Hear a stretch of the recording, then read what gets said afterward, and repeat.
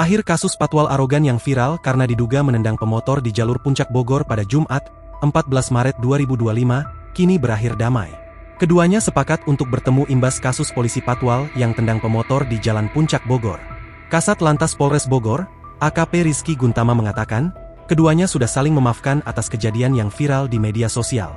Kemarin sudah ketemu, terakhir keduanya sudah melakukan mediasi dan alhamdulillah mencapai kesepakatan damai, saling meminta maaf satu sama lain, kata Kasat Lantas Polres Bogor, AKP Rizky Guntama, Sabtu, 15 Maret 2025. Menurut Rizky, antara patwal dengan pengendara sepeda motor itu sama-sama salah.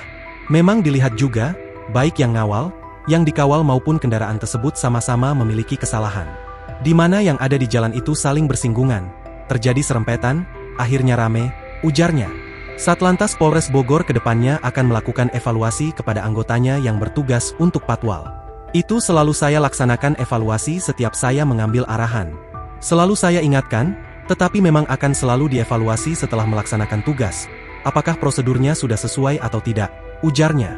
Diketahui, polisi patroli dan pengawalan yang viral karena diduga menendang pemotor di jalur Puncak Bogor itu terjadi pada Jumat, 14 Maret 2025. Kasat Lantas Polres Bogor, AKP Rizky Guntama mengatakan, bahwa yang melakukan patwal itu adalah anggotanya di Satlantas Polres Bogor. Polisi itu berpangkat Ajun Inspektur Polisi 2 atau Aibda. Pada saat itu, Aibda H tengah mengawal mobil Alphard putih yang diketahui merupakan rekan dekatnya.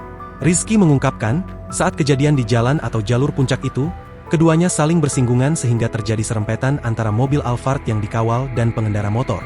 Alhasil, anggota patwal yang mengawal langsung memberhentikan pengendara motor dengan cara memepet. Saat bersamaan, motor itu tersenggol crash bar atau besi engine guard hingga terjatuh, yang seolah-olah ditendang. Download Tribun X sekarang, menghadirkan lokal menjadi Indonesia.